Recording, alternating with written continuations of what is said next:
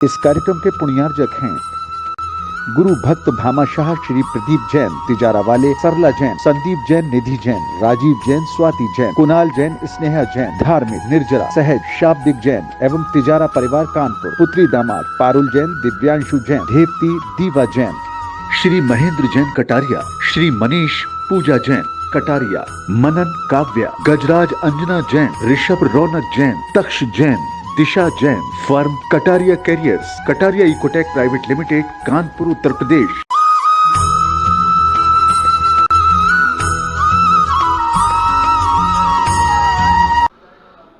जय श्री ओम नमः सिद्धेभ्यः। जय श्री ओम नमः सिद्धेभ्यः। सर्वमंगलमांगल्यं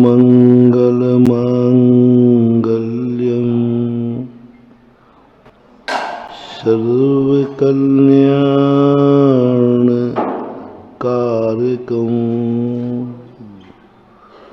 प्रधानं सर्वधर्माणां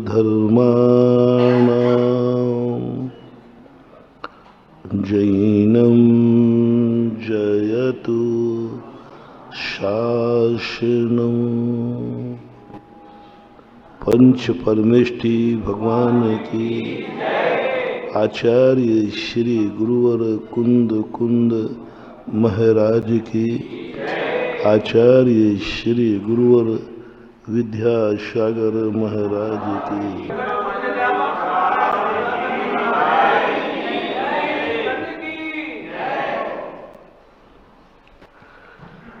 कर्म की और धर्म की दोनों की व्याख्या अपन विगत 3 दिनों से समझ रहे। कर्म की जब बात आती है तो अपन ने समझा कि सबको बात समझ में आ जाती है। इस व्यक्ति ने मजदूरी की, कर्म किया, शाम को उसे मजदूरी मिली। किसान ने खेत में खेती की, उसे फसल मिली। आपने व्यापार किया, आपको धन का आगमन हुआ। सब कुछ स्पष्ट देखने में आते हैं। और संसार में जो कुछ भी व्यक्ति भोग रहा है सब कर्म के कारण भोग रहा है। कर्म ही हमारे लिए सब कुछ दे रहा है। संसार की ऐसी कोई भी वस्तु नहीं है जो कर्म से प्राप्त न होती हो। संसार का सुख हो अथवा दुख हो, दोनों चीजें कर्म के अधीन है। आप लोग कुछ भी करोगे, कुछ भी सुख चाहोगे, बिना कर्म के आप संसार का सुख उठा ही नहीं सकते। आपकी योग्यता ही नहीं है। हम लोग तो बिना कर्म के भी सुखी रहते हैं। हम लोग तो दुख में भी सुख की अनुभूति करते हैं और सुख में दुख की अनुभूति करते हैं। ये दशा बड़ी विचित्र दशा कल कही थी। सुख में दुख की अनुभूति होना। सम्यक दृष्टि कहाँ से बनता है? धर्मात्मा कहाँ से बनता है? जिसको सुख में दुख की अनुभूति हो जाए। दुख आया नहीं है, दुख है नहीं, अनुभूति दुख की करना है।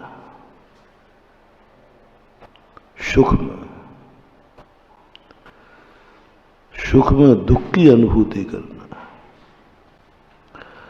पुण्य में कर्म का उदय आवे और पुण्य को भोगने का भाव आवे तो पुण्य का फल मिल रहा है, तुम्हें अनुभव पाप का होना चाहिए। अनुभव किसका हो रहा है? पुण्य का। भोग किसको रहे हो? पुण्य को। अनुभव होना चाहिए पाप का। पाप भी जे सुखे नास्ता श्रद्धा न कांक्षण स्मृता। कल कहा था हमने कि पूज्यवर समंतभद्र महाराज की ये कितनी बड़ी खोज थी। जो देखो वही अपने आप को सम्यक दृष्टि कह रहा है, जो देखो वही अपने आप को धर्मात्मा कह रहा है। उन्होंने थर्मामीटर दे दिया, ये थर्मामीटर लगाओ कि तुम जैन हो कि नहीं, ये थर्मामीटर लगाओ कि तुम सम्यक दृष्टि हो कि नहीं, ये थर्मामीटर लगाओ कि तुम धर्मात्मा हो कि नहीं।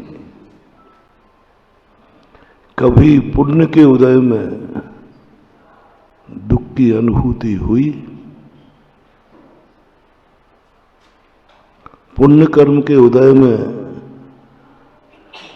कभी पाप की अनुभूति हुई? जैसे हमने कल कहा था, आपका मकान है बहुत अच्छा, उस मकान में कभी जेल की अनुभूति हुई? कभी? प्रतिदिन नहीं कह रहा हूं, क्योंकि वो तो तुमने रहने का बनाया। कभी कभी बहुत अच्छी सुख सुविधाओं का घर है, एसी है, और उस समय तुम्हारे मन में उस पुण्य के उदय का, जेल पाप कर्म के उदय से मिलता है कि पुण्य कर्म के? पाप कर्म उदय। मकान पुण्य कर्म के उदय से बनता है कि पाप कर्म के? पुण्य कर्म से। अब देखना कितना भयानक चित्रण है ये। मतलब आकाश के तारे दिख जाएंगे सबको, कितना भयानक। घर पुण्य के उदय से बना है, जेल पाप के उदय से होता है, और वो कहते हैं घर में बैठे हुए जेल की अनुभूति करो, जाओ तुम्हें कभी जेल नहीं होगा। पर घर में बैठे जेल की अनुभूति करो। पुण्य का उदय आया है और तुम्हें अनुभव होती है पुण्य नहीं है, ये पाप का बीज है। ये मकान पुण्य का उदय से खड़ा हुआ है, लेकिन ये पाप का बीज है। ये मेरे लिए राग और द्वेष का कारण बन रहा है, ये मेरे मान अहंकार का कारण बन रहा है। ये अनुभूति एक क्षण को भी कभी आ जाए, समझ लेना आपको तत्व दृष्टि प्राप्त हो गई है। लोग कहते हैं तत्वों का चिंतन करो, तो पूछते हैं बोले तत्व क्या चीज है? भगवान का ध्यान करूं, आपका ध्यान करूं, 2 मालाएं फेर लो, 4 फेर लो, ये तत्व चिंतन नहीं है। ये तो तत्व चिंतक के बाद बहुत बड़ा बाद में आते हैं। मालाएं फेर लो, पूजा कर लो, अभिषेक कर लो, तीर्थ यात्रा कर लो, ये सब ये धर्म नहीं है, ये धर्मात्मा के कार्य हैं। पहले तुम धर्मात्मा हो कि नहीं ये तो देखो, ये तो धर्मात्मा के कार्य हैं। धर्मात्मा और धर्मात्मा का कार्य में अंतर है कि नहीं? व्यक्ति और व्यक्ति के कार्य में अंतर है कि नहीं? बहुत अंतर है। ये धर्मात्मा के कार्य हैं, धर्मात्मा नहीं है ये धर्म के फल हैं, धर्म के कार्य हैं, धर्म के साधन हैं। पहले तुम धर्मात्मा हो कि नहीं? ये तो कलेक्टर का कार्य है, तुम कलेक्टर हो कि नहीं? कलेक्टर के कार्य और कलेक्टर में अंतर है कि नहीं? तुम कलेक्टर हो कि नहीं? तुम कार्य को तो कर रहे हो, तुम मजिस्ट्रेट का काम तो कर रहे हो, लेकिन मजिस्ट्रेट हो कि नहीं? फंस जाओगे। यदि तुम मजिस्ट्रेट नहीं हो और किसी कार्य का, अपराध का तुमने फैसला सुना दिया, मैं ये फैसला देता हूं इसको फांसी पे चढ़ा दिया जाए, और तो मजिस्ट्रेट नहीं हो। फैसला सही है, फैसला गलत नहीं है, फैसला बिल्कुल 100% सही है। मजिस्ट्रेट भी वही फैसला देता, अदालत भी वही फैसला देती, कानून धारा सब तुमने लिखा, फलानी धारा के अनुसार इसको फांसी दी जाती है, फलानी धारा के अनुसार इसको जेल में बंद किया जाता है, फलाने अपराध के कारण इसको बंदी बनाया जाता है, और किसी व्यक्ति को कमरे में बंद कर दो। दिव्या सर्वमंगल मांगल्यम सर्वकल्याण कारकम प्रधानम सर्व धर्माणाम जैनम जयतु शासनम जैनम जयतु शासनम जैनम जयतु शासनम। पंच परमेष्टि भगवान की, आचार्य श्री गुरुवर कुंद कुंद महाराज की, आचार्य श्री गुरुवर विद्यासागर महाराज की।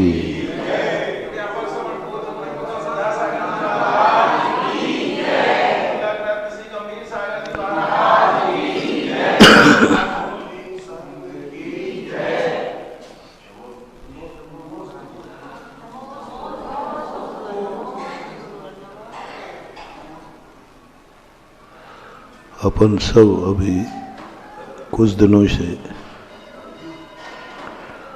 उस उलझन को सुलझाने का प्रयास कर रहे हैं जिसमें हमें इस भौतिक संसार ने हमें उलझा रखा है, हमारी मति को विभ्रम कर दिया है। कुछ तो हमारी भूल के कारण हम मकड़ी के जाल में व्यक्ति फंस जाता है। बहुत सारी भूलें तो व्यक्ति स्वयं करता है और स्वयं मकड़ी के समान दूसरों को फंसाने के लिए जाल बुनता है और अंत में वह स्वयं उस जाल में फंस करके तड़पता है, निकलने का प्रयास करता है।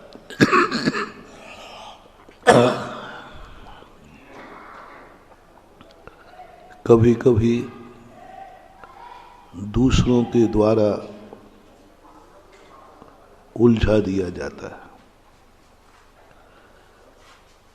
कभी कभी अज्ञानता के कारण से उलझ जाता है। भगवान परम उपकारी हैं, अपना स्वहित छोड़ करके हमारे लिए कुछ रास्ते बता गए। जितने भी भगवान बनते हैं वे अपने कल्याण के लिए बनते हैं। हर व्यक्ति धर्म अपनाता है अपने कल्याण के लिए, लेकिन कुछ उनमें से माँ 24 भगवान ऐसे हुए, 24 आत्माएं ऐसी हुई जिन्होंने मात दुनिया के संबंध में सोचा। प्राय प्रति समय 6 महीने 8 समय में 608 जीव अपना कल्याण करते हैं।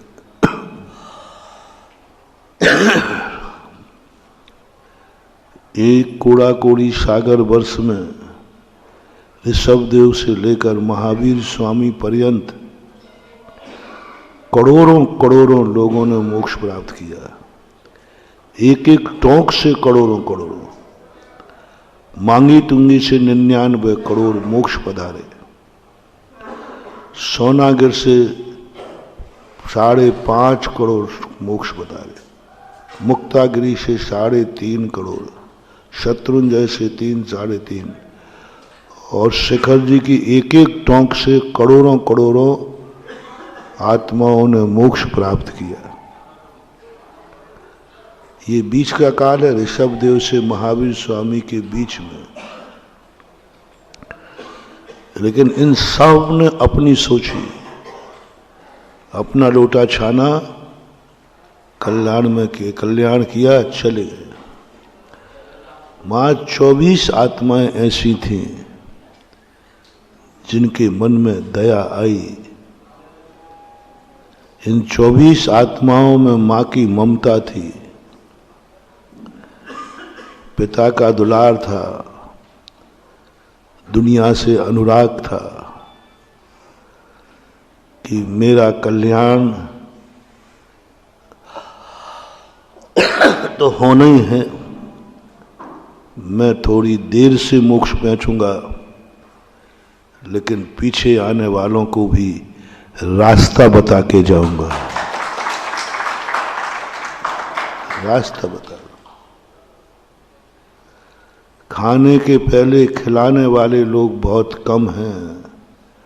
कल हमने कहा था ना, शाम को या सुबह, वे लोग जो बचा हुआ समय, बचा हुआ धन, बची हुई जिंदगी किसी को देते हैं तो बची हुई संपत्ति भिखारियों को दी जाती है। बची हुई रोटी किसको देते हो? भिखारी को। कल कहा था या शाम को कहा था? कल कहा था ना, बची हुई रोटी। कोई भी चीज बचा हुआ देना अपमान है। मना नहीं कर रहा हूं, लेकिन गरिमापूर्ण नहीं। धर्म को भी तुम लोग बचा हुआ, महाराज पहले संसार भोग लूं, अच्छा जब बुढ़ापे में जिंदगी बचेगी, उस लायक नहीं रहेगी, फिर आप बताना कि मुझे क्या धर्म करना है। तो आचार्य ने कहा, ऐसी बची हुई जिंदगी वालों के लिए हमारे पास कोई स्थान नहीं।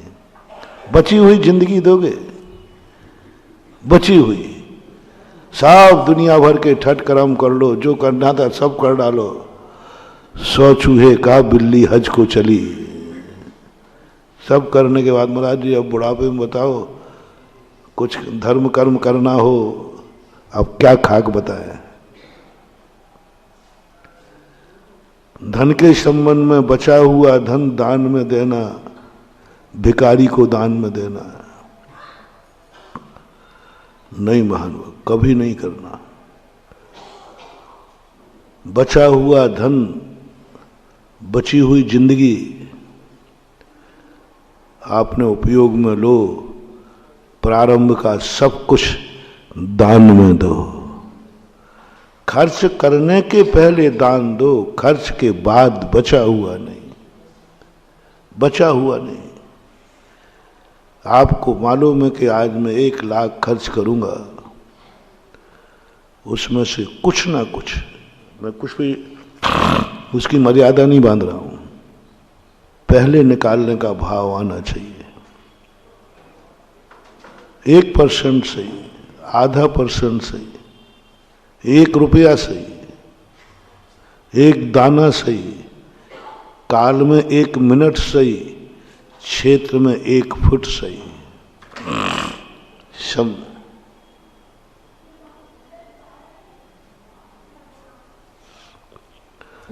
द्रव्य में अपना उपादान, किसी भी कार्य करने की शक्ति यदि आप में है, मैं 5 रूप से तुम्हारे लिए बता देता हूं। योग्यता, तुम्हारी कितने अच्छे कार्य करने की योग्यता है, ये निर्णय तुम करो। तुम्हारी मन में तुम कितनी अच्छी बातें सोच सकते हो, तुम्हारी आंखें देख सकती हैं। आपका दिमाग अच्छा है कि नहीं, कि बिगड़ा हुआ है।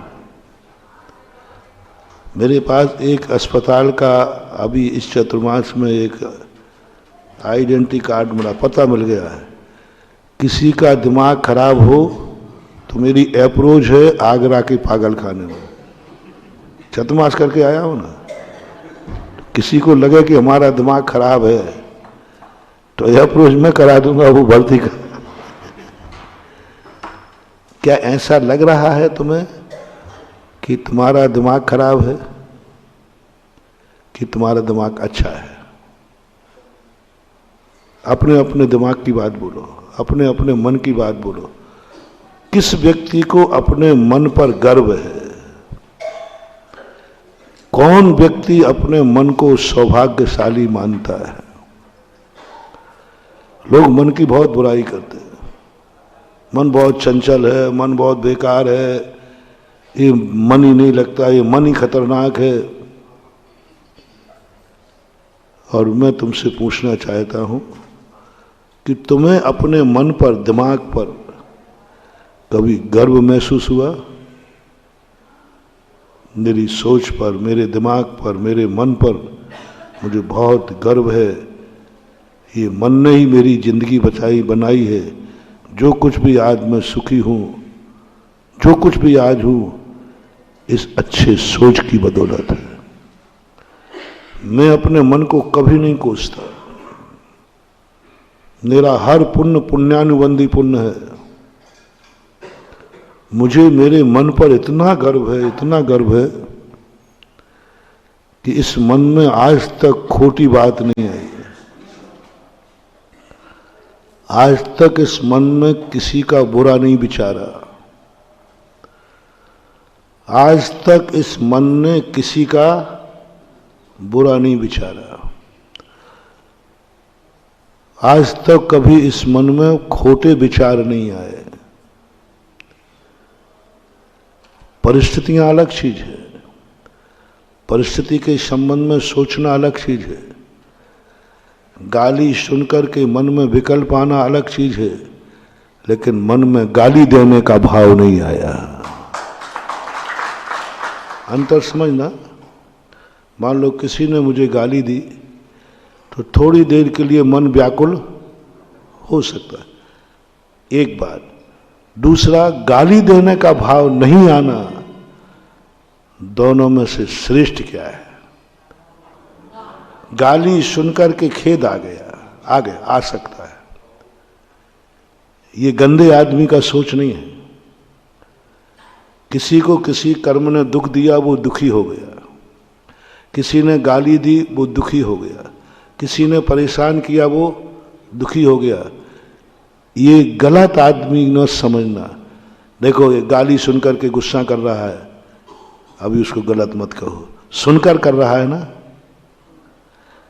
गाली सुनकर कर रहा है, समझना, डिफरेंस समझना। देखो, ये गुस्सा कर रहा है, क्यों कर रहा है? बोले इसको किसी ने गाली दे दी, इसको किसी ने थप्पड़ मार दिया, इसका कोई व्यक्ति बुरा विचार रहा है, इसलिए रो रहा है। क्या इतने मात्र से हम उसे गलत आदमी कह दें? बोलो, नहीं कह सकते। तुम्हारी तो छोड़ो, थोड़ी देर के लिए ये बात को मेरे में भी पाई जाए। दुख आने पर मैं भी दुखी दिख सकता हूं। भावलिंगी जैसे मुनिराज भी सामने वाला बुरा विचारेगा, क्षण मात्र को थोड़ा विकल्प आ सकता है। ये मुझे गाली दे रहा है, ये मुझे पत्थर मार रहा है, ये ठीक नहीं कर रहा है, और उसको गुस्सा आ गया, आ सकता है, कोई बात नहीं। चलेगा। छठे गुण स्थान तक आर्त ध्यान है। मुनिराज भी आर्त ध्यान हो सकता है। छठे गुण स्थान भावलिंगी मुनिराज को, तीर्थंकर को भी आर्त ध्यान हो सकता है। इष्ट का वियोग, अनिष्ट का संयोग, पीड़ा चिंतन, ये तीन ध्यान आर्त ध्यान है। आर और ध्यान दोनों बुरे कहे गए, लेकिन तीन आर्त ध्यान मुनि महाराज को भी हो सकता है। पीड़ा चिंतन, तकलीफ हो जाए तो महाराज को पीड़ा हो सकती है। आंख में आंसू भी आ सकता है। सामायिक बिगड़ सकती है, पीड़ा हो सकती है। इतनी तकलीफ हो गई कि सामायिक भी बिगड़ गई। किस कारण बिगड़ी सामायिक? इन महाराज की सामायिक बिगड़ गई, अभी बुरा मत कहना। किस कारण बिगड़ी? तकलीफ बहुत थी। बुखार 104 डिग्री था, कमर में दर्द था, बहुत सिर में पीड़ा थी, और वो सामायिक नहीं कर पाए। क्या आप ऐसे मुनिराज को भ्रष्ट कहने का दुस्साहस करोगे? समझना, नहीं करना। सामायिक नहीं हुई है, पक्का है। प्रतिक्रमण नहीं हुआ है, पक्का है। इतने मात्र से साधुता खंडित नहीं हुई। कारण बताओ क्या था? बोले तकलीफ बहुत थी, बैठ ही नहीं पा रहे। इतनी तकलीफ है कि माला फेरने में माला ही नहीं उठा पा रहे, इतनी वेदना है। जैनागम कहता है, भली चर्या पूर्णता निर्दोष नहीं पाली गई, तो भी अभी ये अपने मुनिपन में फैल नहीं है, क्योंकि वेदना है। पीड़ा चिंतन,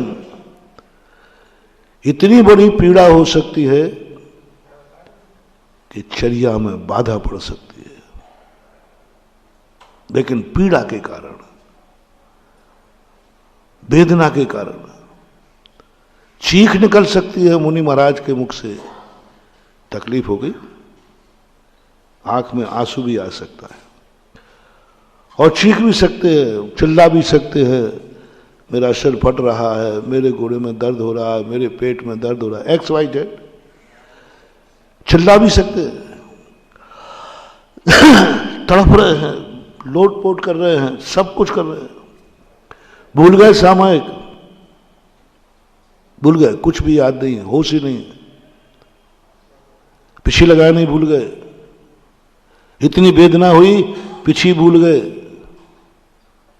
थोड़ा और कठिन करो, सब कुछ भूल रहे हैं, इतनी वेदना है। पीछे उठाना ही भूल गए, पीछे लगाना ही भूल गए। इतने पर भी आप अभी उनको मुनि पद से रहित मत मानना, अभी भी वे मुनि महाराज हैं। क्या भूल गए हैं? पिछी। क्या भूल गए? सामायिक का समय। सामायिक का समय हो गया, महाराज माला फेरो, नहीं फेर रहे, चिल्ला रहे, सामायिक नहीं कर रहे, कह दिया अपन ने सामायिक करो, चिल्ला रहे, वेदना। रात में मौन है, चिल्ला रहे हैं, वेदना इतनी है। अब देखना, सामायिक भूल गए, प्रतिक्रमण नहीं कर रहे, पीछे भूल रहे, रात में चिल्ला रहे, खूब जोर से चिल्ला रहे। आप मुनि पद से रहित मत मानना महानुभाव, क्योंकि वे सब कुछ किस लिए भूल रहे हैं? कारण जानना, पीड़ा के कारण। इतनी पीड़ा है, अनकॉन्शियस होते जा रहे हैं, अनकॉन्शियस होते जा रहे हैं। लो अंतिम बात कहता हूं, कोमा में चले गए। बेहोशी में चले गए, पैरालिसिस हो गया, ब्रेन हेमरेज हो गया। ये सब संभावनाएं हैं कि नहीं? It may be possible. गिर जाएं, सिर पर लग सकती है चोट, अनकॉन्शियस हो जाए, तो भी महानुभाव उनको मुनि पने से रहित मत मानना। अभी भी वो मुनि हैं, उनका गुणस्थान छठा सातवां है, अभी भी वो भावलिंगी हैं। क्या उन्होंने छोड़ा है कि छूट गया है? छूट गया अपने आप, छोड़ा तो नहीं। मुझे नहीं चाहिए पीछे, मुझे नहीं करना सामायिक, सब मैं छोड़ दूं, ऐसा भाव तो नहीं किया। कौन सा बेहोशी और कामा में भी मुनि व्रत रह सकता है। बेहोशी मुनि महाराज कामा में चले गए, अभी भी उनका छठा सातवां गुणस्थान चल रहा है। जैसे सोते समय कौन सा होश रहता है? कोई होश नहीं रहता। फिर भी सोते समय साधु सो रहा है, अब उनको ना तो पीछे पता है कहाँ रखी है निद्रा में, और नींद में सामायिक का भी ध्यान भूल गए, निद्रा में, प्रमाद में, फिर भी वे मुनि महाराज हैं। जैसे निद्रा में व्यक्ति को खबर नहीं है, ऐसे बेहोशी में खबर नहीं है, वे भावलिंगी हैं। उनकी समाधि हो जाएगी, उनको वही मिलेगा जो छठे सातवें गुणस्थान वर्ती मुनि की गति होगी, वही इनकी गति होगी। उपसर्ग केवली होते थे,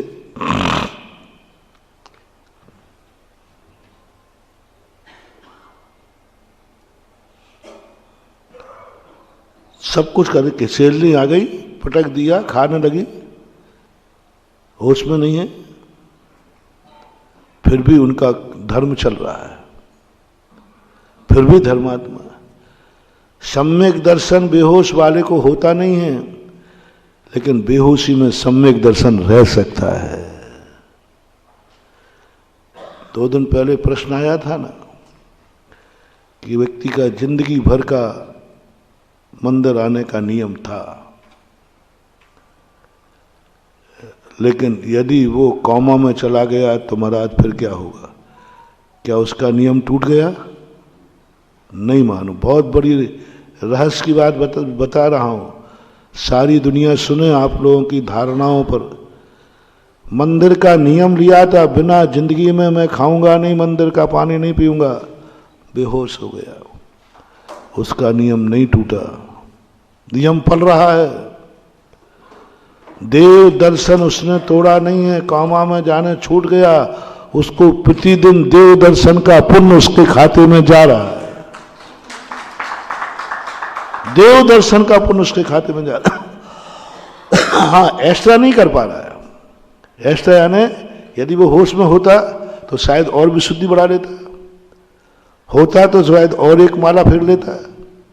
वो एक्स्ट्रा तो नहीं मिलेगा, लेकिन जो देव दर्शन का नियम का बोनस है वो उसके खाते में जिंदगी के अंतिम श्वास तक मिलेगा, चाहे भली वह मंदिर नहीं आ रहा है। इसलिए कौमा में, पैरालिसिस में, किसी भी चीज में व्यक्ति का कोई नियम टूटता नहीं है।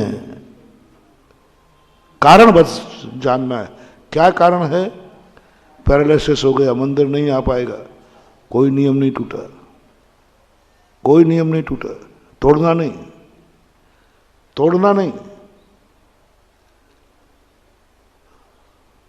हमारे एक मैंने प्रैक्टिकल किया पूज्य गुरुदेव के चरणों में, नैनागर में, संभवतः सन 1900 सन ध्यान नहीं है, 82-83 कोई घटना है। एक एलक जी थे, उनको पैरालिसिस हुआ, और ऐसा पैरालिसिस हुआ कि अनकॉन्शियस हो गए, कॉमा में चले गए। कुछ पड़े रहते थे।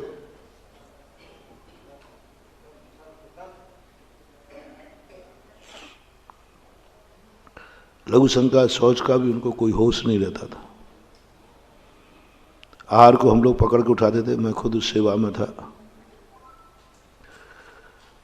उनको हाथ में ठंडा पानी दिया, उन्होंने अंजलि में लिया ही नहीं, यूं हाथ किए रहे। गर्म पानी दिया, हाथ चला दिया, बेहोशी में पकड़े हैं। आहार दिया हाथ में, कटोरे से दिया, उन्होंने मुंह यूं कर लिया, मुंह खोला नहीं।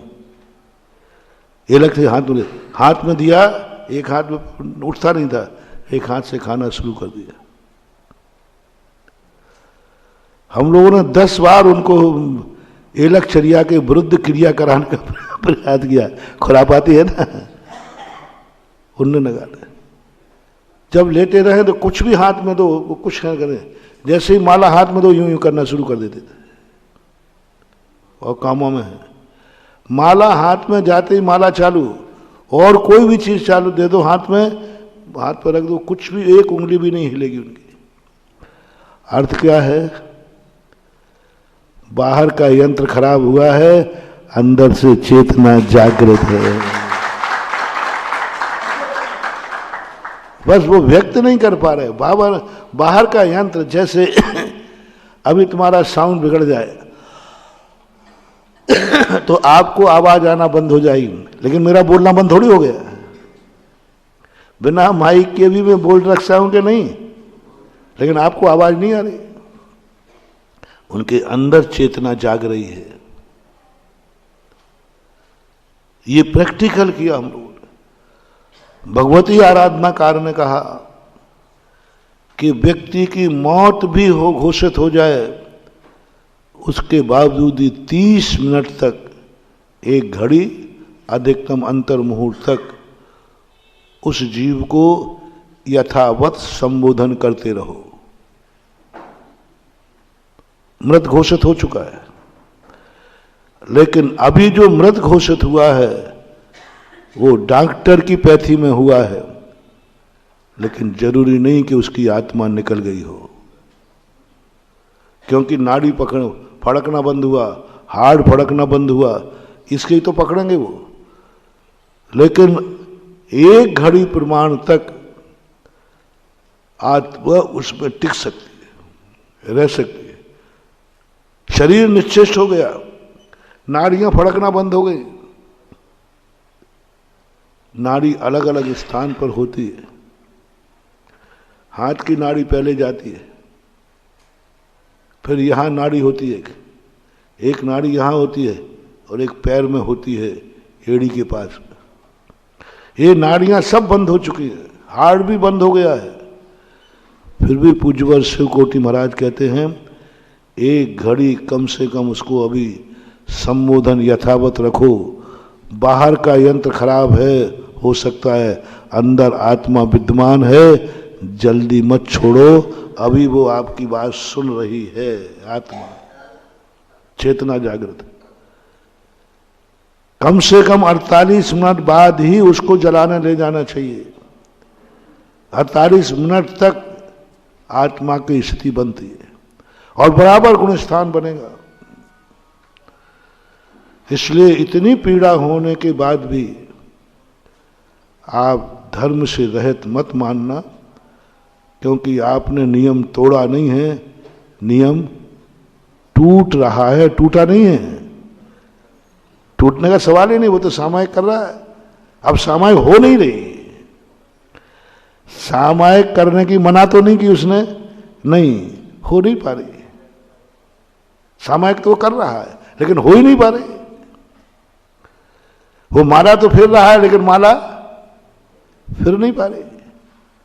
प्रयास तो कर रहा है, लेकिन अब वो हाथ ही नहीं उठ रहा है। मन से सोच तो रहा है, लेकिन सोचने की शक्ति ही, सोच रहा है, सोचने का प्रयास कर रहा है, लेकिन सोचने की शक्ति, यंत्र खराब हो गया।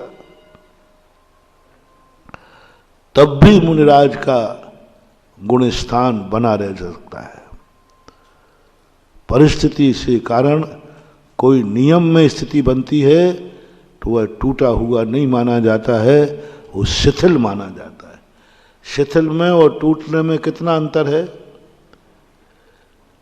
रुक जाने में और धीमे चलने में कितना अंतर है? शिथिल हुआ है, सामायिक शिथिल हुई है, सामायिक के नंबर कम हुए हैं, अभी उसकी सामायिक खत्म नहीं हुई। नंबर तो कम हो गया, शिथिल तो हो गया हो, लेकिन रहित मत मानना। शिथिल हो जाना, जो किसी बीमारी कारण मंदिर नहीं आ पा रहा है, उसका नियम टूटा नहीं है, उसका नियम शिथिल हुआ है। शिथिल हुआ है, अब वो नहीं कर पा रहा क्रिया। ऐसा नहीं हुआ है तो अंत समय में तो सबके शरीर शिथिल पड़ता है। अंत समय तो सबके शरीर शिथिल पड़ते हैं, तो जिंदगी भर की कमाई खत्म। जिंदगी भर मंदिर गया, अंत में तो 2-4 दिन छूट नहीं है। जिंदगी भर सामयिक की, अंत में समाधि के समय सामयिक छूटी जाती, वो तो उठ ही नहीं पा रहा, बैठ ही नहीं पा रहा, माला ही नहीं फेर पा रहा, सोचने की क्षमता खत्म हो रही है। देखने की तो वो तो मुनि पर 90% मुनि खत्म हो जाएंगे, 90% मुनि खत्म हो जाएंगे, क्योंकि होश पूर्वक मरण कम होता है, अनकॉन्शियस में मरण ज्यादा, भले 2 मिनट पहले से ही मरण तो अनकॉन्शियस में ही होता है। बोलते बोलते 3 श्वास लेगा, उतनी देर के लिए तो बोलती बंद हुई, सोचना बंद हुआ नहीं, कोई नियम नहीं टूटा, बराबर पड़ रहे हैं। ऐसी पीड़ा चिंतन साधु करता, पीड़ा, इतनी पीड़ा में साधु, तो भी तुम साधु को ये मत कहना देखो कहाँ रहा महाराज, अब साधु है, रात भर से चिल्ला रहा है। क्या साधु को रात में बोलना चाहिए? ये देखो बोल रहा मर गए, बहुत तकलीफ हो रही, बहुत वेदना हो रही, ये कह सकता है? तो भी महानुभाव, अभी तुम अपनी श्रद्धा मत घटाना, अभी भी उसे साधु के समान ही श्रद्धा रखना, आस्था रखना, अभी वो गुण स्थान में है। यदि तुमने इस समय गड़बड़ कर दिया तो तुम्हारी बहुत बड़ी भूल हो जाएगी, बहुत बड़ी पीड़ा। चिंतन में भी आ रहा है, मुझे बहुत तकलीफ है, कह रहा है मुझे बहुत तकलीफ है, सहन नहीं हो रहा, बहुत तकलीफ है, सहन नहीं हो रहा है, पीड़ा चिंतन चल रहा है। 6ठे गुण स्थान तक इष्ट वियोग, इष्ट का वियोग होने पर साधु के मन में क्लेश आ सकता है, तो भी गुण स्थान रहेगा। कोई भी वस्तु जो इष्ट थी छिन गई। अनिष्ट संयोग आने पर आर्त ध्यान हो सकता है, जैसे अभी हमने कहा था, तुमने गाली दी, मुझे गुस्सा आ सकता है, हाँ दे मत देना, अपन को आता है। महाराज यदि आपको गुस्सा आता है तो फिर काय के महाराज हो? वो तो मुझे मालूम है हम काय के महाराज हैं, हमें समझाओ मत। और तुम लोग थोड़े ही नाराज होते हैं ना, अरे महाराज जी आप महाराज हो के नाराज हो रहे हो, ये आपका बहुत बड़ा है, हम लोगों को दबाने का है, क्या कहूँ मैं उसको, साधु को दबाने का। महाराज और नाराज होते, जो नाराज है सो महाराज नहीं, जो महाराज है, अरे उल्टा उपदेश चालू। और महाराज कितना गुस्सा करते हैं, महाराज होकर के इतना नाराज करते हैं, इतने गुस्सा होते हैं। ये तुम्हारे लिए हम लोगों को शांत करने की चाबी है। चिंता मत करो, हो सकता है असहनीय अनिष्ट मिलने पर साधु को क्रोध आ सकता है,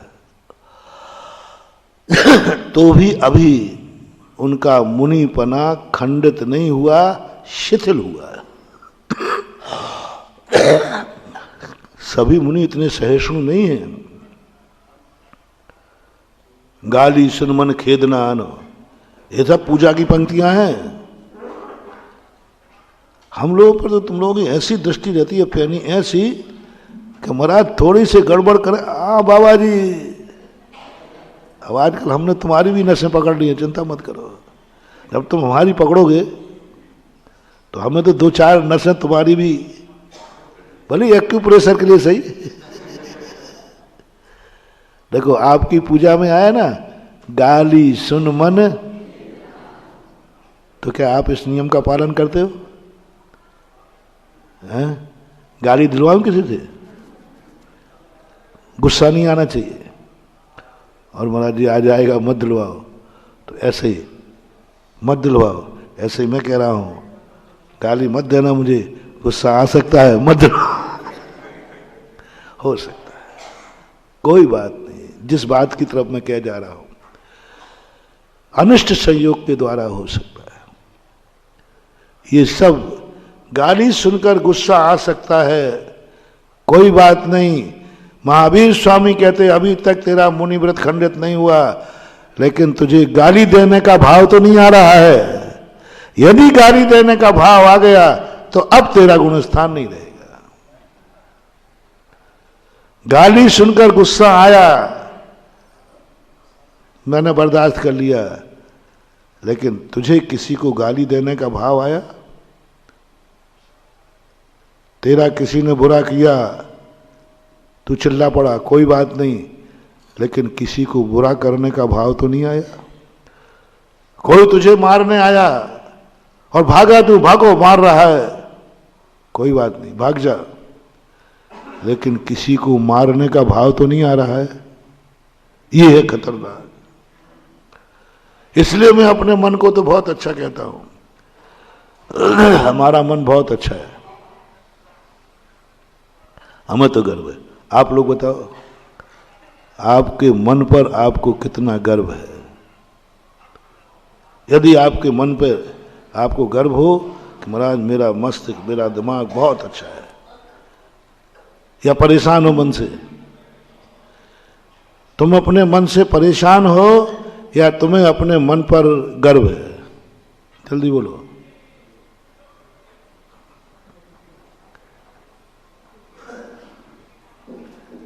यदि अपने मन पर, मुझे तो गर्व है।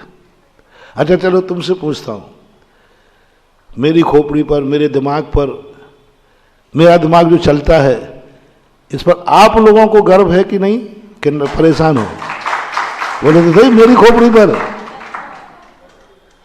मान भाई तुम लोगों को दिक्कत हो तो मैं सोचना बंद कर दूं? नहीं सोचूंगा, और क्या? नहीं, मुझे विश्वास है कि मेरा दिमाग जो चलता है, मुझे भी गर्व है और मेरे भक्तों को भी गर्व है। अब दुश्मनों की नहीं कह सकता भाई, लेकिन भक्तों को तो गर्व है। करो, बनाओ कायर, इस लायक बनाओ अपना मन। हमें गर्व है कि हमारा मन बहुत अच्छा है, और अपने भी कहें हमें तुम्हारे सोच पर भी गर्व है बेटा। बेटा भी कहे पिताजी आपके सोच पर मुझे गर्व है। तुम परिवार में महिलाएं हो, वे भी तुम पर गर्व करें और तुम भी उन पर। ऐसा मन बनाओ, बस अपनी चीज पर गर्व होना चाहिए। अपनी चीज को धिक्कारना, कोसना सबसे खतरनाक। मैंने ललितपुर के चतुर्मास में 1 हफ्ते प्रवचन दिया था इस पर। सबसे बड़ी बद्दुआ किसकी होती है? स्वयं की। सबसे खतरनाक मानो, दूसरों के दी हुई बद्दुआ बहुत सरल उपाय है, कोई कुछ नहीं बिगाड़ पाएगा।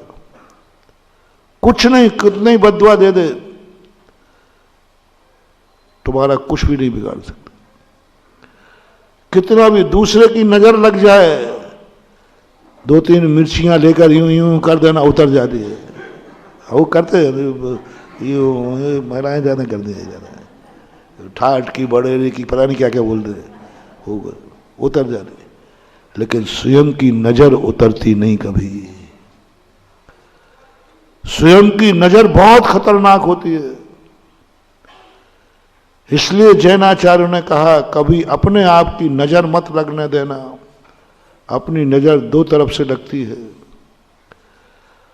अपने ही वस्तु को बद्दुआ कह रहा हूं पहले, अपनी ही वस्तु पर अपनी ही वस्तु को बद्दुआ देना, कोसना, किस्मत को, दिमाग को, सबको, परिवार को, बेटे को, सबको कोसना, ये सबसे खतरनाक बद्दुआ है। इस बद्दुआ के उतरने का कोई उपाय नहीं है, वह बद्दुआ तो तुम्हें भोगना पड़ेगी। तुमने किस वस्तु को पा करके तुमने ये माना है कहाँ का दुर्भाग्य है ये बेटा मिला, कहाँ सबसे बड़ी खतरनाक बद्दुआ है। पिता के मन में बेटे के प्रति जिंदगी में एक बार भी आया, कौन सा पाप किया था जो ऐसा बेटा मेरे घर आया, हो गया, वो बेटे का नाश निश्चित है। हमारे पास कोई जाप नहीं, उसका कोई जाप नहीं है, कोई मंत्र नहीं है, कोई शांति धारा नहीं है, उसका नाश होना निश्चित है, क्योंकि ये बद्दुआ पिता ने दी है। जो पिता कभी बेटे को बद्दुआ देता ही नहीं है, उसके मुख से आज बद्दुआ निकल गई, दुश्मन के मुख से नहीं। दुश्मन तो सदा बद्दुआ उससे नहीं, उसकी तो बद्दुआ का तो कोई चिंता मत करना। कोई दूसरा तुम्हें बद्दुआ दे रहा हो तो मैं अपने भक्तों से कहता हूं चिंता मत करना, उससे इतने ही कह देना मैं किस महाराज का चेला हूं, इतने ही में उसकी हवा खिसक जाएगी। और नमोकार मंत्र पढ़ लेना, कुछ भी नहीं, बद्दुआ लगती नहीं। हमारे पास बहुत सारे उपाय। मैंने कहा ना एक दिन कही, अभी अभिषेक का धोती दुपट्टा प्रतिदिन घर में सूखने दो और सारे संसार से कह दो कि तुम्हारे लिए बद्दुआ मंत्र मूठ मूठ कुछ भी तुम्हारा बाल बांका नहीं कर पाएगा जिस घर में अभिषेक करने का धोती दुपट्टा सूखता है। कितना सोपा है। जो अभिषेक पूजन मंदिर का एक धोती दुपट्टा घर में रहना चाहिए, बस घर में रहना चाहिए, और वो तुम उसको प्रतिदिन पहनते हो। अरे काय के देवता, काय के भूत, काय के पलीत, काय का नींबू, काय का मिर्ची, हाँ कह दो सारी दुनिया से, कोई मूठ फेंके मंत्र फेंके, मजाल है तेरा कुछ बिगड़ जाए, और जो तेरा बिगाड़ेगा उसका सर्वनाश होना निश्चित है। ये भी मैंने प्रैक्टिकल किया है, मैं सब करता रहता हूं, क्योंकि शास्त्रों में लिखी हुई बातें वैसे कम समझ में आती हैं, थोड़ा प्रैक्टिकल तो करो। कि यूं गप कही गई हैं कि कुछ इसमें प्रैक्टिकल किया, आप भी प्रैक्टिकल कर लेना। लेकिन स्वयं की बद्दुआ, अपनों की बद्दुआ, सेकंड नंबर है अपनों की बद्दुआ, और उसमें भी खतरनाक बद्दुआ अपने से बड़ा पूज्य, वो तो हमें नहीं कोस रहा है। हर छोटे को ये ध्यान रखना है, बड़ा व्यक्ति तो तुम्हें बद्दुआ नहीं दे रहा है, जो तुम्हारा पूज्य है वो परेशान तो नहीं है, उसके मन में तो भाव नहीं। महानुभाव, इतना सा ध्यान रखना। मैं अपने सभी बेटों से कहना चाहता हूं, बस इतना ध्यान रखना, कहीं माँ बाप ये न मन में आ जाए ओहो मैंने कौन सा पाप किया जो ऐसी संतान को, बस ये कभी मत। तुम्हें जो करना है वो करना, जो तुम्हें करना हो वो करना, बस माँ बाप के मन में ऐसा कोई कृत्य मत कर देना कि माँ बाप को ये शब्द आ जाए मैंने कैसा पाप किया जो ऐसी संतान पाई। ये नहीं आने देना, ये मत आने देना, बर्बाद हो जाओगे। कोई उपाय नहीं, तुम्हारा बर्बाद होना निश्चित है, कोई तरीका नहीं, निधत निकाचित है। पिताओं से मेरा कहना है, बेटे की बद्दुआ मत लेना। सारी बद्दुआओं के मेरे पास उपाय हैं। बेटे के मन में भाव आ गया मैंने कौन सा पाप किया जो ऐसा बाप मिला, जहां देखो वहीं बेइज्जती, जहां देखो वही होंगे, अच्छा ये उसी बाप का बेटा है। पिता हो कम से कम इतनी इज्जत बना के रखना कि तुम्हारे कृत्यों से कहीं बेटे का मस्तक ना झुक जाए, बेटे की बेइज्जती ना हो जाए, लोग ये बुलाना ये उसी बाप का बेटा है। क्या ठीक होगा जब बाप ऐसा था, कहीं बेटे के मन में आ गया भगवान मैंने क्या पाप किया जो ऐसे बाप के यहां पैदा हुआ। आप पिता ना बने तो श्रेष्ठ है, और जो पिता बन चुके हैं या बन रहे हैं या बनेंगे, वो आज मेरे एक मोटिवेशन ले लें, मंत्र ले लें कि जिंदगी में मैं कभी ऐसा कार्य नहीं करूंगा जिससे बेटे को कोसना पड़े कि मैं कैसे बाप के पैर। इतनी तो बना के रखना, कम से कम इतना तो बना के। ये बद्दुआ अकाट है। तुम लोग सुन लो कान खोल करके। पहले आपको कह दूं, इस तरह मैं कम देखता हूं क्योंकि इनके साथ माथाफोड़ी करना अपने बस की बात नहीं। जब ये लोग इधर बैठ जाते तो हमारा तो मैं घबरा जाता कि आज मामला गड़बड़ है। ना तो देख पाता हूं ना कुछ बोल पाता हूं।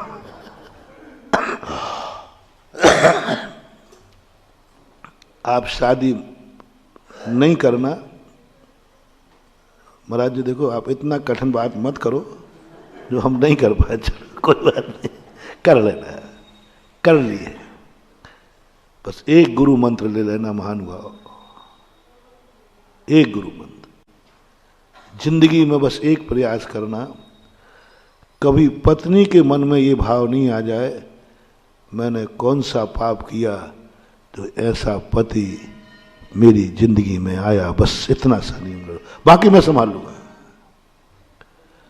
बाकी तुम्हारे कल्याण की बात कर दूंगा, मैं सुधार लूंगा। तुम कितने पापी हो करके जिंदगी के अंतिम दिन भी आ जाओगे तो तुम्हें संभाल लूंगा और तुम्हारा उद्धार कर दूंगा, जिंदगी भर के पाप माफ करवा दूंगा। और क्या करूं, इससे अच्छा वकील कौन मिलेगा। जिंदगी भर के पाप माफ करवा दूंगा। कराए हैं जिंदगी भर के अंजन चोर के पाप, क्षण मात्र में दूर हुए। भक्तांबर में आया, रात भर का फैला हुआ अंधेरा, सूर्य की एक किरण निकलती कैसा भागता है बोलो। रात भर का अंधेरा दिन भर में हटेगा नहीं, भक्तांबर में है।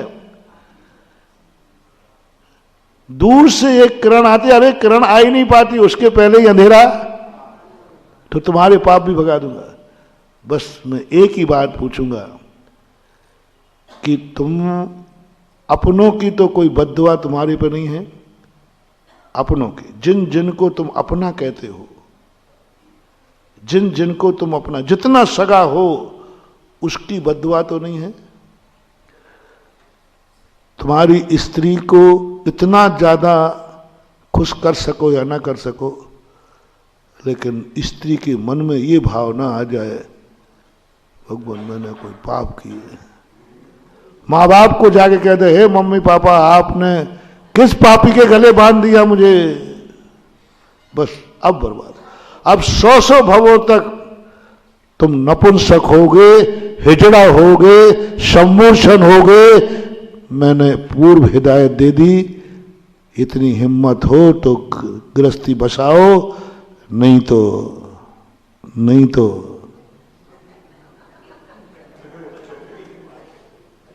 बद्दुआ मत लेना। दुआ लो या ना लो इसकी बात नहीं कर रहा हूं, बद्दुआ मत लेना, बद्दुआ मत लेना। उसके मन में ये भाव न आ जाए, सबसे खतरनाक। स्त्री घर में आवे इसका निषेध नहीं कर रहा हूं, आने के बाद यदि स्त्री के मन में ये भाव आए कौन सा पाप किया जो ऐसी ससुराल मिली, बर्बाद हो जाएगा। अब भाई सर्वनाश, कुछ नहीं। आने के पहले मीटिंग कर लो कि जिंदगी में बद्दुआ तो नहीं लूंगा, दुआ देवे या नहीं देवे, भाई भाई हो, लड़ने झगड़ने की मना नहीं करूंगा।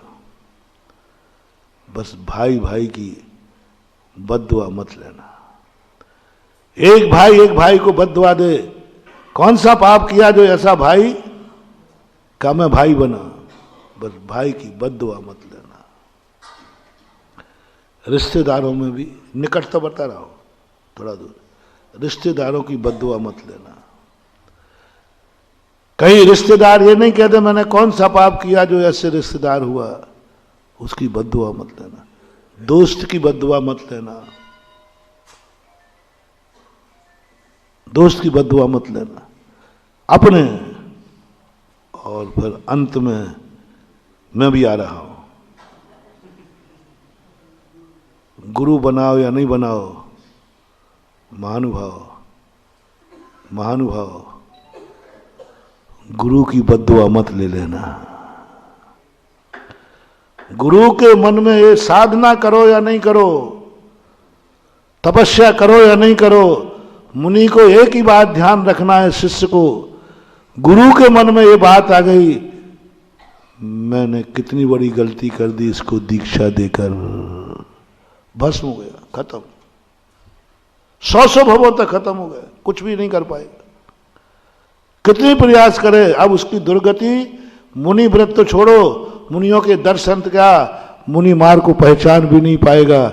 ऐसा मनहीन, बुद्धिहीन, निकृष्टता में पड़ेगा। क्योंकि किसकी बद्दुआ है? दुश्मनों की बद्दुआ तो अपन को लगती नहीं। सारे संसार के सभी मतावलंबी, सारे दुनिया के दुश्मन एक साथ भी बद्दुआ देवे तो मुनिराज का वो नीला कपड़ा है जिस पर रंग चढ़ता ही नहीं है। मुनि के संबंध में ध्यानत राय जी ने लिखा है, नील बसन पर रंग उछरना क्या, नीले कपड़े पर कोई रंग, कौन सा रंग दिखता है? सफेद दिखता है तो सफेद कोई रंग ही नहीं होता है, रंग तो कलर्ड होते हैं, कोई रंग नहीं उछलता।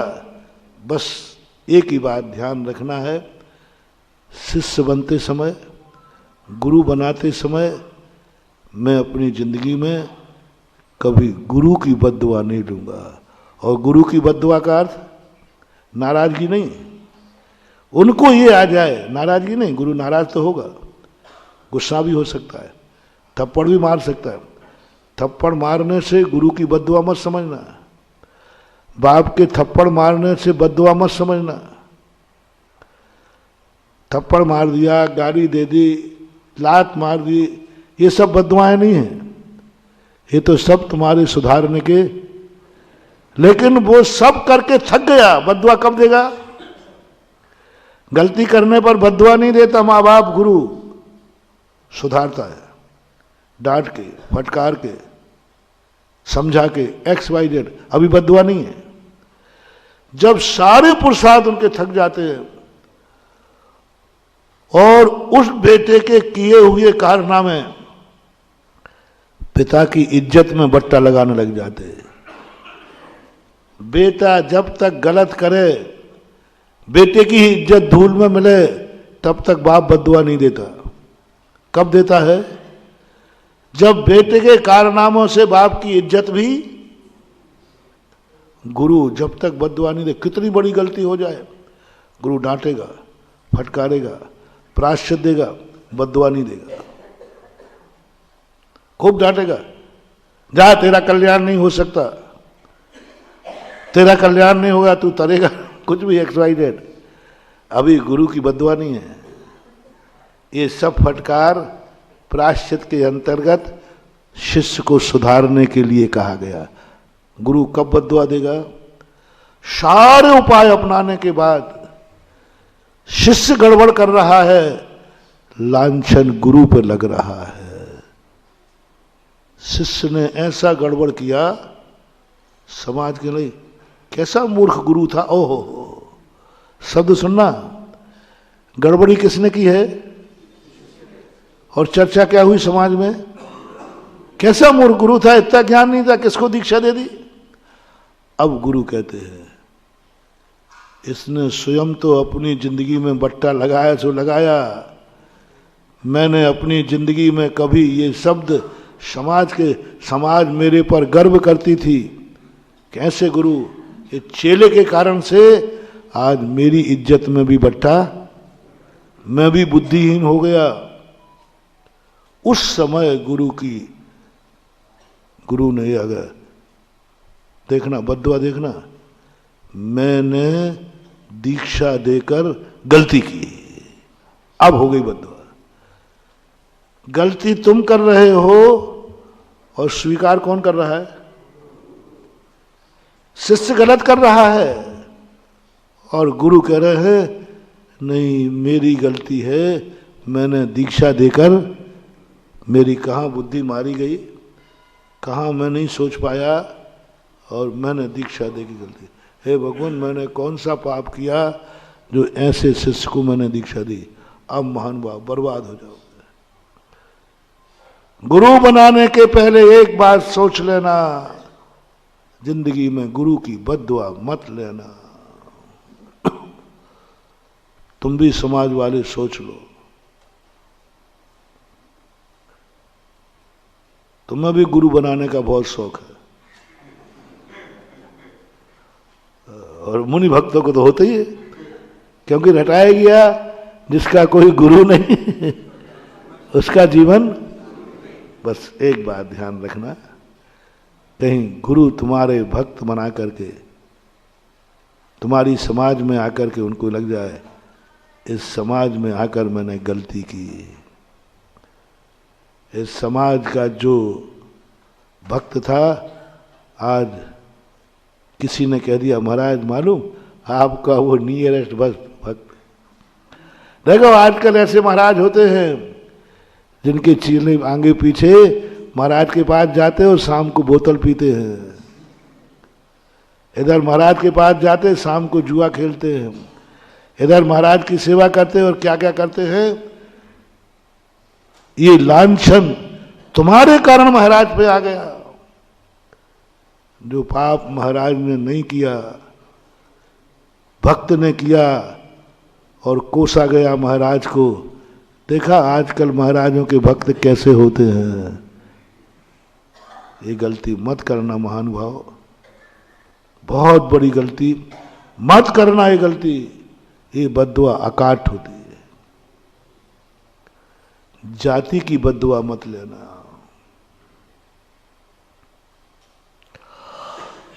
यदि तुम देश में जाति में तुम्हें गर्व है तो कह रहा हूं मैं, तुम्हें अपनी जैन जाति पर गर्व है क्या? है कि नहीं? बोलो ना। बस इसकी बद्दुआ मत लेना। इसकी बद्दुआ क्या है? गलती तुमने की। अजैन लोगों में चर्चा क्या हुई? जैन जाति में भी ये दुर्गुण आ गया। तुमने शराब पी थी, चर्चा किसकी हो गई? आजकल जैनी भी। ओह, समझना महानुभाव, तुम्हारे शराब पीने का पाप ज्यादा नहीं है। तुमने यदि शराब पी भी ली हो और किसी को पता नहीं हो, चुपचाप मेरे पास आ जाना, मैं निपटवा दूंगा केस। हाँ, अरे हम तो अपना काम ही है उल्टे सीधे। वो एक वकील था ना, वो उल्टे सीधे केस देता। वो जेठ मलानी कौन है? ऐसे मैं उल्टे सीधे केस ले लूंगा। महाराज मैंने शराब पी ली, किसी को पता तो नहीं कि महाराज किसी को पता नहीं। चुपचाप जो है मैं थोड़ा सा तुझे प्रायश्चित दे दूंगा और कह दूंगा तू भी किसी से मत बोलना। महाराज जी आप भी मत बोलना, सुलझ जाएगा। कितने बड़ा पाप करके आ जाओ, बस एक पाप मत करना। कहीं तुमने शराब पी है और शहर में चर्चा है आजकल जैनी भी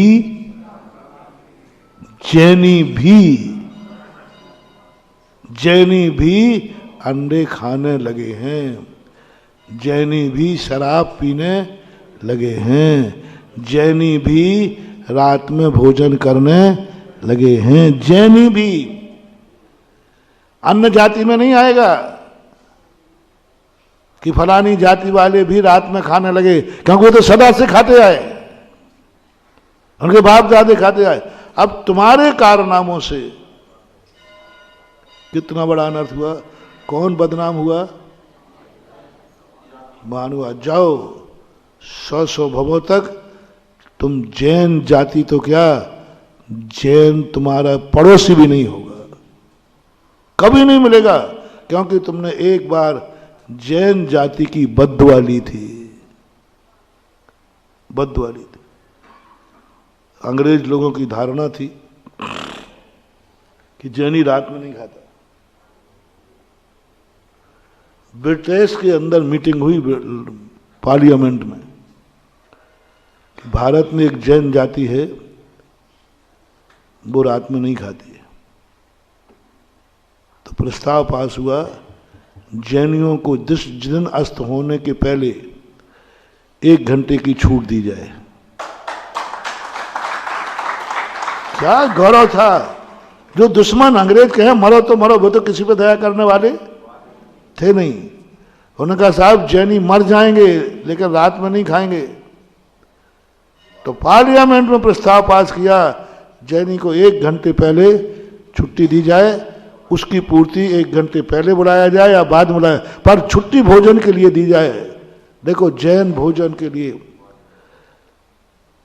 इंग्लैंड के अंदर जैन शब्द की पार्लियामेंट में शब्द घूमा कि जैनी का एक लक्षण है वो रात में छुट्टी मिलती थी। एक दिन एक ऑफिसर था, उनका जाओ साहब, जैन साहब आपका समय हो गया, भोजन करो, फिर बाद में आके अपन काम कर लेंगे, बाद में आ जाना, अपन बैठ के कर लेंगे। होगा कानपुर का, और क्या करूँगा, नहीं साहब हम बाद में, अभी अभी कर लीजिए, फिर भोजन। बोले हमें तो रात में चलता है। बड़ा ऑफिसर था, उसने कहा रात में चलता है, अब हो तो जैनी? बोले हाँ साहब जैनी है। अब उसका दिमाग सनक गया। उसने कहा जब एक जैनी को रात में चलता है तो सबको क्यों नहीं? ये सब बदमाश हैं जो छुट्टी देते हैं। प्रस्ताव पहुंचा पार्लियामेंट में कि जैनी को चलता है। जैनी ने खुद कहा कि हमें तो चलता है, और हम बहुत सारे जैनियों को चलता है। हाँ कुछ लोग खाते हैं, कुछ लोग नहीं खाते हैं। सनकी थे, प्रस्ताव पास हो गया, जाओ कोई छुट्टी नहीं दी जाएगी, जब चलता है तो चलाना चाहिए। बोलो उस पापी को कितना पाप लगेगा? आपकी अदालत में भेजता हूं मैं। रात्रि भोजन करने का पाप कितना, और उसके कारण से पूरी जाति बदनाम हुई और आज तक वो छुट्टी बंद हो गई, इसका पाप कितना? अक्षम्य। यदि तू रात में खाता था, आके खा लेता, उनके सामने तो यही बोलता हाँ साहब जा रहा हूं। आप लोग एक बहुत बड़ी गलती करते हो महानुभाव। मैं तुम्हें एक बहुत बड़ा रास्ता बता रहा हूं, बहुत रिक्सी रास्ता है। तुम्हें जो कुछ करना है कमरा बंद करके कर लो, रात में खाना खा लो, कम से कम एक काम करना है। बहुत सारे लोग कहते महाराज जी हम बारात आदि में जाएंगे उस समय की छूट हो। मैंने कहा उसी का ले ले, जब बारात में जाए तो बिल्कुल बन जा, मैं रात में नहीं खाता हूं। इतनी बड़ी प्रभावना होगी कि तू रात में खा करके भी अगले भाव में जैनी बनेगा, क्योंकि तूने जैन जाति का सम्मान रखा है, छोड़ा तो नहीं है रात में। एक पंडित जी थे, बिना नाम लिए बताता हूं, हम लोग छोटे थे तो यही बात पे आया, रात्रि भोजन की बात। तो उनका बेटा एक नियम ले लो, तुम रात में खाना लेकिन किसी को पता नहीं चल पाए। तो मैं कही पंडित जी गुप्त पाप सिखाते हो? तो बोले बेटा तुम्हें छोड़ना तो है ही नहीं, तो कम से कम ये तो ना हो कि जैनी भी रात में एक पुण्य तो कमाओ। आपसे भी मेरा कहना है, जब दुनिया के सामने जैन अजैन की बात आए, बारात की बात आए, भूखो मर जाओ, लेकिन वहां दिखाओ कि मैं रात में नहीं खाता हूं, बाहर में घर में कमरा बंद करके खा जाना, तो मरना जहां जाना तो जाना। अरे तेरी दुर्गति होगी तो होगी, कम से कम जैन जाति का झंडा तो ऊंचा। वहां जब जैनियों को खाते देखते अजय ना, देखो आजकल जैनी रात के 12 बजे खा रहे हैं। सवाल तुम्हारी बदनामी का नहीं है, सवाल तुम्हारे कारण जैन धर्म और जैन जाति बदनाम हुई है। ये पाप कभी अपने मुख पे अपनी जिंदगी में मत लेना, मैं तुम्हारे पाप माफ करवा दूंगा। ऐसा कृत्य मत करना जिसमें दुनिया में चर्चा बन जाए। आजकल जैनी भी यह कार्य करने लगे। जाति का कभी मत लेना। भारत देश यदि तुम्हें प्रिय हो, भारत देश पे गर्व है कि नहीं है, तो बस एक काम करो, जो तुम्हें करना हो, तुम्हारे कारण से भारत देश बदनाम ना हो। कि आजकल भारतीय लोग भी यह करने लगे हैं, तुम्हारे कारण से भारत बदनाम ना हो। जैसे आज हम पाकिस्तान बदनाम है, किस नाम से? डाकू बन जाना, जुआड़ी बन जाना। बन जाने का आदेश नहीं दे रहा हूं, नहीं मानते हो तो। ऐसे पापी मत बनना जिससे राष्ट्र में चर्चा हो जाए कि भारत देश भी आज ये पाप करने लगा है। भारत में भी ऐसा कौन सा कार्य है जिससे भारत बदनाम होगा? तुम नहीं, तुम तो हो ही। तुम्हारे कारण से देश बदनाम हो जाए। यदि ये बद्दुआ तुमने नहीं ली है तो तुमने कुछ भी किया हो, तुम्हारा पुनः भारत में जन्म होने की संभावना पूरी है। मात्र एक ध्यान रखा, मैं अपने किसी कुकृत के कारण देश को बदनाम नहीं होने दूंगा। मैं अपने कुकृत के कारण जाति को बदनाम नहीं होने दूंगा। मैं अपने कारण किसी रिश्तेदार को बदनाम नहीं होने दूंगा। परिवार को नहीं, माँ बाप को नहीं, गुरु को नहीं। बस इतना सा ध्यान रखो, तुम्हें जो करना है सो करो। कार्यक्रम के पुण्यार्जक थे गुरु भक्त भामाशाह श्री प्रदीप जैन तिजारा वाले, सरला जैन, संदीप जैन, निधि जैन, राजीव जैन, स्वाति जैन, कुणाल जैन, स्नेहा जैन, धार्मिक, निर्जरा, सहज, शाब्दिक जैन एवं तिजारा परिवार कानपुर, पुत्री दामाद Parul Jain, Divyanshu Jain, Devati Diva Jain, Shri Mahendra Jain Kataria, Shri Manish Pooja Jain Kataria, Manan Kavya, Gajraj Anjana Jain, Rishabh Raunak Jain, Taksh Jain, Disha Jain, firm Kataria Carriers, Kataria Ecotech Private Limited, Kanpur Uttar प्रदेश।